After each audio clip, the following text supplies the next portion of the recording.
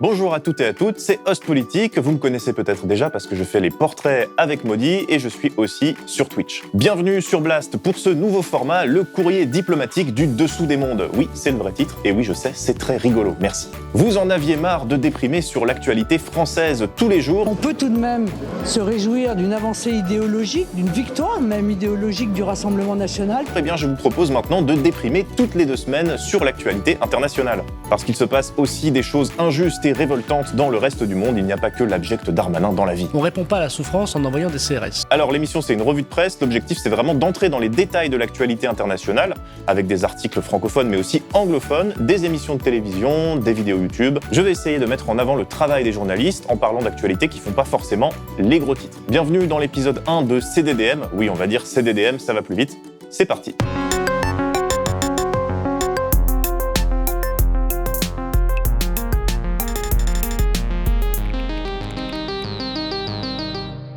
Aujourd'hui, je vous propose de vous envoler pour le Yémen. Alors, pas littéralement, parce que déjà, c'est dangereux, et ensuite, on n'a pas les moyens. Faites des dons à Blast. Le Yémen, c'est ce pays situé au sud de la péninsule arabique et qui est déchiré par une guerre civile qui dure depuis 10 ans et qui oppose les rebelles Houthis, une force politico-religieuse soutenue par l'Iran, et les loyalistes, soutenus par une coalition dirigée par l'Arabie Saoudite et les Émirats Arabes Unis. Les Houthis contrôlent aujourd'hui d'une main de fer les 2/3 de la population du Yémen, ainsi que la capitale du pays, Sanaa.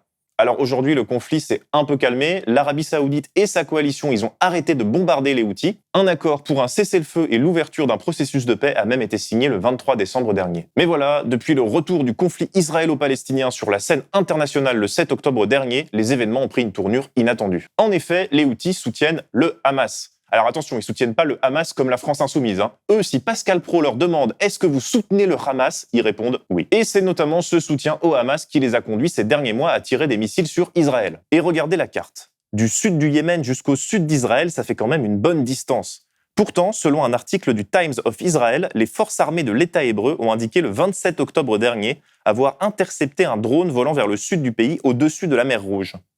C'est avec ces premières attaques que les Houthis ont commencé à poser problème à la communauté internationale. Quand on dit communauté internationale, on veut dire les Occidentaux. Et ils vont poser encore plus de problèmes quand ils vont commencer à s'en prendre aux bateaux qu'ils considèrent comme des alliés d'Israël et qui passent par le détroit de Bab el-Mandeb, qui relie la mer Rouge à l'océan Indien. Ils posent problème à tel point que les armateurs ont indiqué ne plus vouloir emprunter cette route qui passe par le canal de Suez pour rejoindre la Méditerranée. Ils doivent passer par le cap de Bonne-Espérance comme si on était en 1728.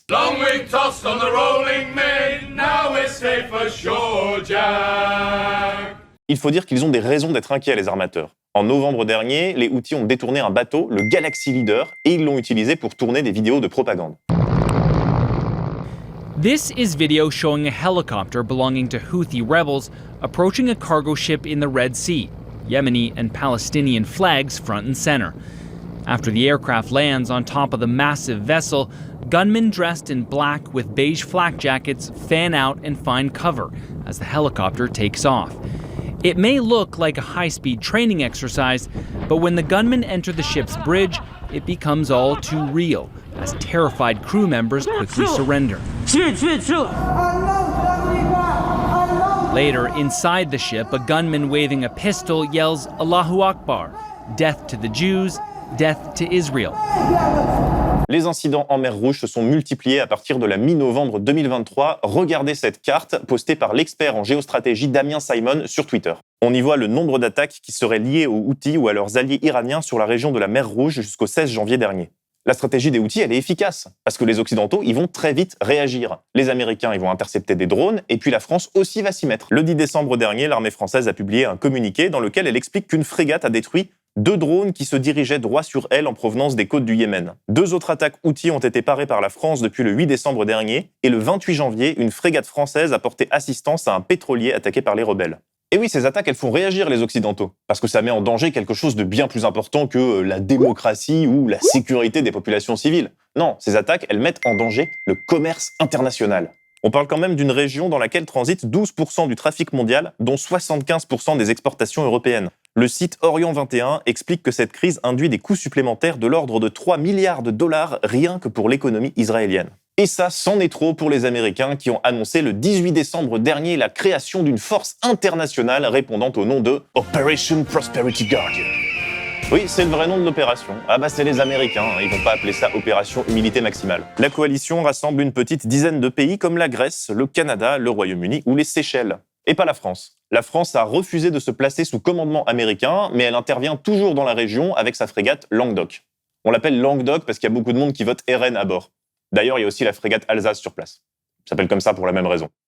C'est pas vrai. Ce qui est étonnant, c'est que l'Arabie Saoudite et l'Égypte ne participent pas à l'opération, alors que ce sont pourtant les deux grandes puissances qui ont un accès à la mer Rouge et qui sont concernées directement par ces attaques. Selon Élise Vincent pour Le Monde, les Saoudiens savent qu'un affichage trop frontal aux côtés des États-Unis pourrait compromettre la paix qu'ils négocient laborieusement depuis de longs mois avec les Houthis afin de sortir de 10 ans de guerre au Yémen. Et de son côté, le gouvernement autoritaire égyptien craint que sa population ne se retourne contre lui s'il venait à soutenir trop ouvertement les intérêts israéliens. Le gouvernement égyptien doit vraiment flipper, parce que ces attaques leur font perdre beaucoup d'argent. C'est en tout cas ce qu'explique Olivier Poujade pour France Info. Le canal de Suez est la deuxième plus importante source de liquidité du pays. Revenu annuel en temps normal 7 milliards et demi d'euros.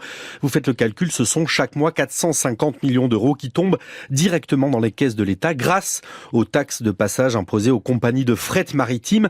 Et depuis la mi-décembre, le trafic s'est considérablement ralenti. Le Fonds monétaire international vient de constater une chute de 35% des volumes transportés habituellement. Alors on leur vend des tas de rafales aux Égyptiens, mais ils s'en servent pas. Serge Dassault doit se retourner dans sa tombe. Je disais que l'opération Prosperity Guardian... Bon, ça va, on a compris, là. L'opération, là, elle fonctionne depuis 1 mois et demi, et c'est principalement les Américains et les Britanniques qui sont aux manettes. Bizarrement, c'est pas la Grèce et les Seychelles. Et depuis le 11 janvier, ils ont décidé de faire ce qu'ils savent faire de mieux, bombarder des trucs. C'est en tout cas ce qu'explique la chronique Ligne de défense de Franck Alexandre pour RFI, Radio France Internationale.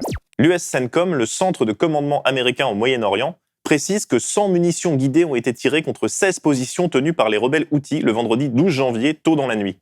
Les cibles sont des postes de commandement, des pistes utilisées pour lancer des drones, des radars, des dépôts de munitions et des sites de fabrication d'armes. Les Français, qui ne sont donc pas dans la coalition, ont quant à eux refusé de participer au bombardement, peut-être pour garder une marge de négociation avec les Houthis. C'est en tout cas ce qu'explique Wassim Nasr pour France 24. La France est présente dans le cadre de la protection du fret dans cette zone de la mer Rouge. Après, elle n'a pas voulu rentrer dans la coalition qui frappe le Yémen actuellement, peut-être pour garder des moyens, des leviers de négociation avec les Houthis. D'ailleurs, dans un entretien donné à Quentin Muller pour Marianne, un des responsables aussi a dit que pour le moment, en tout cas, les Français ne seraient pas visés par les attaques Houthis. Ça date d'il y a quelques jours. C'est vrai qu'on peut s'interroger sur le message qu'envoient ces bombardements qui visent un pays exsangue qui a déjà connu 10 ans de guerre civile. Et puis on peut aussi s'interroger sur l'efficacité de ces bombardements, tout simplement. Are the airstrikes in Yemen working?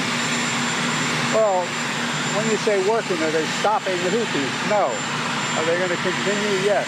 Oui, vous avez bien entendu, ou plutôt vous avez bien lu, parce que le son de l'extrait vidéo, il est dégueulasse, on dirait qu'il y a un mec qui passe l'aspirateur à côté du micro. Mais en tout cas, Joe Biden dit que les bombardements ne fonctionnent pas et que par conséquent, ils vont continuer à bombarder. D'ailleurs, ils ont continué, le 31 janvier dernier, il y a encore eu une énorme opération américaine qui a détruit plusieurs drones Houthis. La folie, c'est de se comporter toujours de la même manière et de s'attendre à un résultat différent. En tout cas, de ce point de vue-là, rien n'a changé depuis le 11 septembre. Tout ce que les bombardements réussissent à produire pour l'instant, c'est de conforter les Houthis comme une des principales forces de résistance au massacre israélien en cours à Gaza. Il faut savoir, par exemple, dans leur conseil de djihad, des Houthis, il y a un représentant du Hezbollah libanais et un représentant des gardiens de la révolution. Ça ne veut pas dire que l'Iran est le grand marionnettiste, mais ça veut dire qu'il y a un rapprochement idéologique et militaire et qu'aujourd'hui, les intérêts de l'Iran concordent avec les intérêts des Houthis, qui sont quand même, il faut le rappeler, la seule force, on va dire, arabe qui agit, en plus du Hezbollah, donc en soutien, comme vous l'avez très bien rappelé, aux Palestiniens de Gaza et au Hamas en particulier. On est donc en train de laisser le rôle de défenseurs principaux de la cause palestinienne aux Houthis, qui gouvernent d'une main de fer 20 millions de Yéménites. La liberté de la presse et d'opinion a disparu dans les zones qu'ils administrent depuis 2014. En 10 ans, près de la moitié des médias yéménites qui existaient avant leur coup d'État ont fermé, et au moins 49 journalistes yéménites ont été assassinés depuis 2011. La totalité des reporters tués ne l'ont pas été par les Houthis, mais le groupe en a fait disparaître et en a emprisonné, torturé et condamné à mort plusieurs, sans jamais exécuter la sentence. Ils sont aussi accusés de persécution de minorités religieuses, d'avoir recours à des enfants soldats ou encore d'empêcher les femmes de travailler. En tout cas, c'est ce qu'expliquent Human Rights Watch et Amnesty International. Pourtant, ils ont beau rôle aujourd'hui, et ils sont très populaires dans l'opinion pro-palestinienne à l'international. Leur stratégie est en train de marcher, et elle fonctionne aussi à cause de la lâcheté de l'Union européenne sur la question palestinienne, et à cause de la stratégie guerrière des Américains. Une stratégie américaine qui a déjà coûté la vie de 2 de leurs soldats chargés d'intercepter des armes iraniennes destinées aux rebelles yéménites. Pour l'instant, aucun civil n'est mort dans les attaques Houthis. Mais pour combien de temps ? Selon Laurent Lagneau du site spécialisé OPEX 360, le pétrolier Marlin Luandan battant pavillon des îles Marshall a eu moins de chance. Appartenant à la société Oceonics Service Limited, enregistrée au Royaume-Uni et exploité par Trafigura, ce navire a été touché le 26 janvier par un missile balistique anti-navire alors qu'il transportait du nafta, un mélange d'hydrocarbures hautement inflammable. Mais alors qu'est-ce qu'on fait ?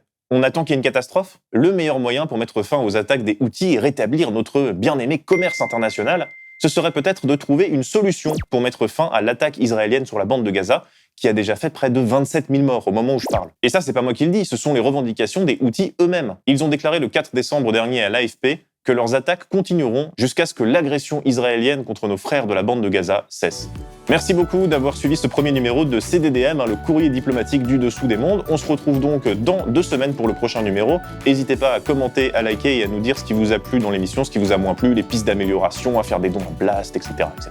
Et n'oubliez pas, l'actualité nationale, c'est déprimant, mais l'international sera le genre humain.